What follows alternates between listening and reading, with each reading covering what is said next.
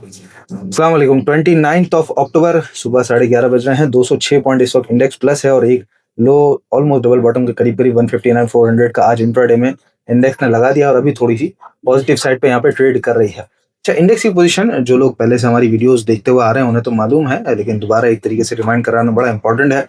ये था पाक और इंडिया जंग का सारा सिलसिला। ठीक है, यहाँ पर बड़ा आपको हौसला दिया गया, बड़ा सहारा दिया गया।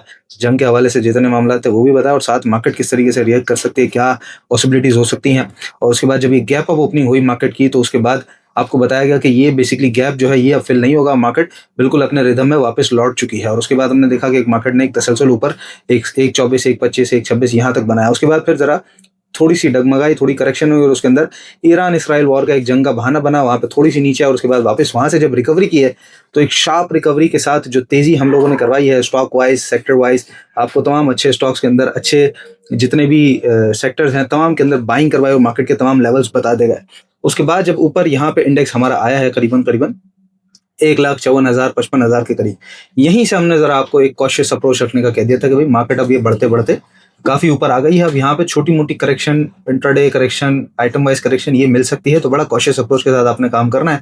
और यदि देखते थोड़ा सा नीचे है मार्केट, उसके बाद फिर 170 चले गई, तो 170 पे तो जाहिर है एक बड़ा हमारा एक स्टेटमेंट वाजे था कि भाई यहाँ पर अब जो है वो आपने सिर्फ और सिर्फ प्रॉफिट टेकिंग की साइड पर रहना है। बाइंग अगर किसी ने करनी भी है तो बड़ा प्रोफेशनल है या वो बेच सकता है, तो उसके लिए ही सारे मौके होंगे। उसके बाद इंडेक्स ने एक बॉटम लगाया, उसके बाद फिर ऊपर आई, तो फिर यहाँ पर आपको बताया कि भाई अब यहाँ पर जो है वो दोबारा एक तरीके से मार्केट के अंदर सेलिंग का मौका है। और सिर्फ ये नहीं बताया कि सेलिंग का मौका है, मार्केट के लेवल्स के साथ साथ मार्केट की साइकोलॉजी भी समझाई। ये देखें, ये हाई अलर्ट वाली वीडियो है, 9 दिन पहले ये संडे वाले दिन बनाई गई थी और सारा हाई अलर्ट जो शेल साहब ने आपको बताया था, बुलिश डिनाइल, बेरिश डिनाइल, पूरी थ्योरी समझाई थी कि किस तरीके से मार्केट और लोग रिएक्ट करते हैं उसके अंदर। और फिर लास्ट संडे जो वीडियो है हमारी फॉल्स होप, तो वो सिलसिला हमने देखा कि मार्केट में पिछले 2 दिन से जो है वो मार्केट थोड़ी थोड़ी ऊपर आती रही, तो वो चलता रहा। तो अब जाहिर है आज के दिन अगर हम देख रहे हैं कि मार्केट ने एक छोटा बॉटम एक अच्छा लगा दिया है, कुछ थोड़ी बहुत प्लस भी है, तो स्ट्रेटेजी अब क्या है सुहेल साहब? पहले तेजी, फिर उसके बाद कॉशियस अप्रोच, और अब हम क्या स्ट्रेटेजी पर हैं? तो सबसे पहले तो हम देखते हैं मंथली RSI देखते हैं, ताकि आपको अंदाजा हो कि क्यों मैं इस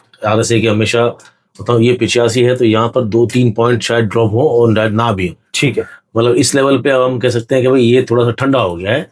और ठंडा किस लिए हो गया है कि पिछली जो रैली थी, जो हमारी मार्केट की जो रैली 2025 की जी जो रैली चली है वो तकरीबन 79 पॉइंट से चली है। देखो जी बिल्कुल, मतलब ये आपका जो पॉइंट ऊपर से 94 में दिसंबर के बाद से जब नीचे आया है उससे रैली चली है, लेकिन रैली यहाँ से चल भी सकती है। जहाँ पर ये जो लेवल था यहाँ से जो ऊपर गई है, जी जी, इस लेवल से वापस ऊपर जा सकती है। मतलब 1 पॉइंट ड्रॉप के बाद ऊपर जा सकती है, 30-35 हजार पॉइंट यहाँ से बढ़ भी सकते हैं। लेकिन अगर शार्प ड्रॉप करे किसी खतरनाक नेगेटिव न्यूज की वजह से, तो ये आपका बॉटम है। अल्लाह ना करे ऐसा हो, तो उसके लिए भी मेंटली प्रिपेयर रहना चाहिए। दोनों प्रोबेबिलिटीज होती हैं। जब इंडेक्स गिर रहा होता है तो आपके एग्रेशन में बहुत ज्यादा चीजें ओवर एक्सटेंशन में गिर सकती हैं। ठीक है, ये तो एक प्रोबेबिलिटी है, लेकिन एक स्टॉप यहाँ बनता है कि मार्केट ने फिलहाल वक्ती तौर पे स्टॉप लिया। जो छोटे चैनल में देखेंगे हम, तो एक तरह से चैनल ड्रॉ बनना शुरू हो गया है। ठीक है, मतलब जो पिछला लो लगा था उसका गैप तकरीबन फिल हो गया है, तकरीबन फिल हो गया है और एक चैनल बन गया है। मतलब हो सकता है अभी जहां पर मार्केट ट्रेड कर रही है 1,60,000 पर वापस अपने 59,400 को सबको टेस्ट करें और इस एरिया को मजबूत करने की कोशिश करें। एक सिनारियो है, नीचे है अगर ज्यादा शार्प डिक्लाइन कर जाती है तो अपना double bottom, pure double bottom वो टच कर सकती है, जहां से रिवर्सल का चांस है। इससे ज्यादा गिरती हुई मुझे पर्सनली नजर नहीं आती है, लेकिन अगर गिर भी जाए तो सब ओवर एक्सटेंशन होगा। इसका मतलब है वो तमाम चीजें भी, वो तमाम पैनिक भी एक्स्ट्रा बाइंग का मौका होगा। मतलब जो लोग पैसे लेके बैठे होंगे वो उस वक्त भी पैसा पंप भी करेंगे और वो जमा करेंगे चीजें। इस वक्त स्ट्रेटेजी क्या होनी चाहिए, क्योंकि हम तकरीबन जो मार्केट है उसके डबल बॉटम के नजदीक है जी, और एक तरह से बॉटम बन भी रहा है। तो हो सकता है कि आज नहीं कल नहीं ये बॉटम टच कर जाए या नीचे जाके टच करें, तो हम बॉटम के बहुत करीब है। बिल्कुल ठीक है। अगर बॉटम में करीब है तो जाहिर बात है बहुत सारे स्टॉक्स, अब सपोज मिसाल के दौर में बोल रहा हूँ, स्पेल अभी 80-84 रुपए का हाई था और आज 52 रुपए मिल रहा था। बिल्कुल, हमने तो बाइंग कराई है। ठीक है, इसी तरह मुगल है आपका, वो अभी थोड़ा करेक्शन के बाद 84-80-70 मिल रहा था, 85-86 यहाँ ले सकते हैं, जिनके रिजल्ट अच्छे आ गए हैं। जैसे JVDC है वो करेक्शन करके 70 में मिल रहा है। मतलब एक चीज 30-30%, कोई 40%, कोई 35%, हर चीज करेक्शन के बाद नीचे मिल रही है। ओके, तो जब अगर आपने पहले नहीं बेचा जहां पर आपको बताया जा रहा है कि प्रॉफिट टेकिंग करें। आप भी बता रहे थे हर वीडियो में, मैं भी बता रहा था कि प्रॉफिट टेकिंग करना जरूरी होता है, स्पेशली संडे को वीडियोस ग्रेजुअल कर करके ग्रेजुअली प्रॉफिट टेकिंग करें। जब ग्रेजुअली प्रॉफिट टेकिंग करेंगे तो आपके हाथ मजबूत होंगे, और चाहे वो कोई भी हो, बिलो चुप भी हो, इन्वेस्टर्स भी हो, अगर उनके पास बड़े तगड़े नफे आ रहे हो तो बेचें। लेकिन उन्होंने नहीं बेचा, बहुत से लोगों ने बेचा, बहुत से लोगों ने सुनी, लेकिन बहुत से लोगों ने नहीं सुनी। बहरहाल दोनों सूरतों में अगर बहुत ऊपर आपने प्रॉफिट टेकिंग नहीं करी, सही है, उसके बाद प्रॉफिट कम हो रहे थे और आपने वहां भी एग्जिट नहीं किया, उसके बाद स्टॉक्स बराबर हो गए, आपने वहां भी एग्जिट नहीं किया, उसके बाद स्टॉक्स थोड़े लॉस में चले गए, आपने वहां भी एग्जिट नहीं किया, और अब जब स्टॉक्स आपके 30% नीचे आ गए हैं, 20% नीचे आ गए हैं प्रॉफिट से, और अपनी बाइंग प्राइस से 10-15% नीचे आ गए हैं, तो अब तो बेचना नहीं बनता। मेरा पहला ये एक रूल है कि पैनिक में सेलिंग नहीं करनी चाहिए। बिल्कुल ठीक है, ना एग्रेसिव बाइंग करनी चाहिए, ना पैनिक सेलिंग करनी चाहिए। माल आराम से इस तरह की मार्केटों में लिया जाता है, स्लो बिड लगा के, और ऐसी एग्रेसिव मार्केटों में जहां पूरी दुनिया बाय कर रही होती है वहां बेचना होता है। तो दोनों अगर आपने नहीं किया तो कम से कम एटलीस्ट, हाँ, बाजार और गिर सकती है, ठीक है, क्योंकि जैसे हम कह रहे थे ना, एक 54 होगा, एक 55 होगा, फिर करेक्शन आएगी, फिर ऊपर जाएगी, फिर 80 होगा जी। तो एग्जैक्ट आप जो सोच रहे होते हो वो नहीं होता, सही, ओवर एक्सटेंशन चल रहा होता है। हाँ जी, तो ओवर एक्सटेंशन पीरियड का मतलब ये है कि जैसे हमने कहा यार कोई चीज 70 रुपए का टारगेट है, तो वो 77 रुपए हो गई, सही है, या 84 रुपए हो गई।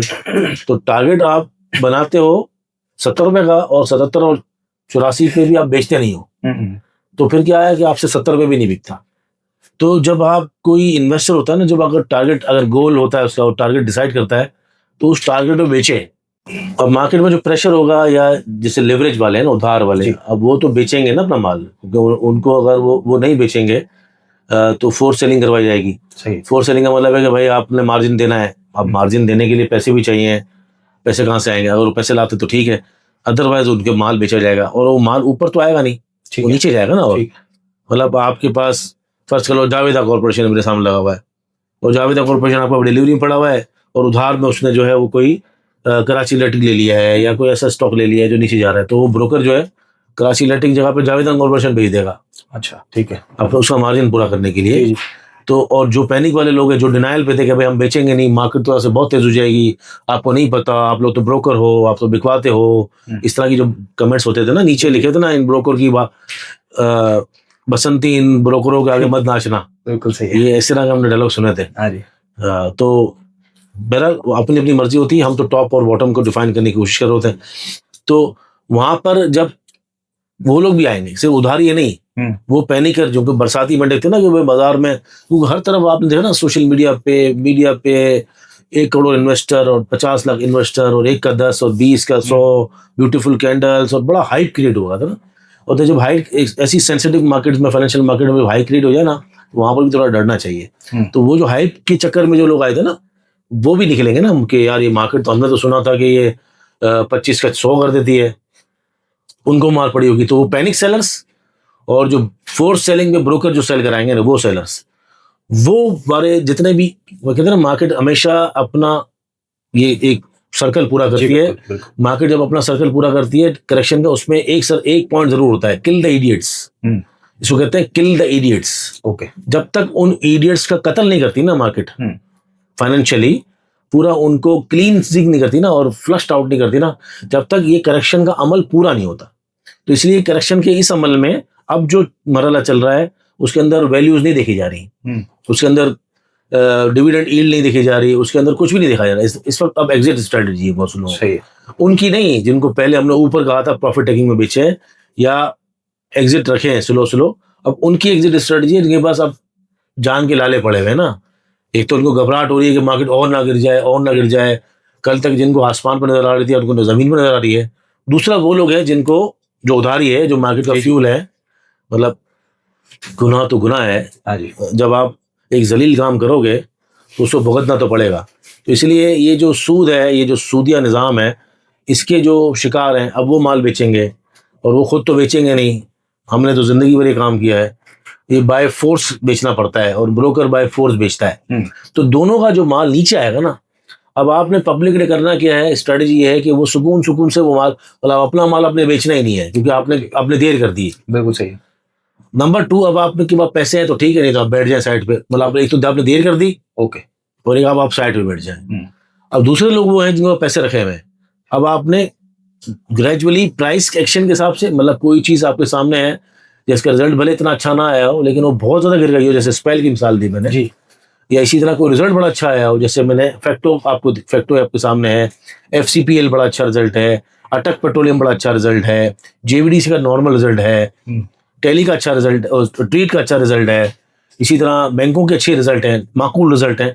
तो जो अच्छे अच्छे स्टॉक्स हैं वो स्लोली ग्रेजुअली जमा करें, और अगली रैली के लिए जो इंशाल्लाह दिसंबर जनवरी जब भी आएगी, एक करेक्शन पूरा करके नवंबर में आए, दिसंबर में आए, तब आपको इंशाल्लाह फिर प्रॉफिट देगी और ये सर्कल फिर दोबारा चलना है। टिल देन सेलिंग को अब खत्म करके जमा करने की तरफ जाइए स्लो।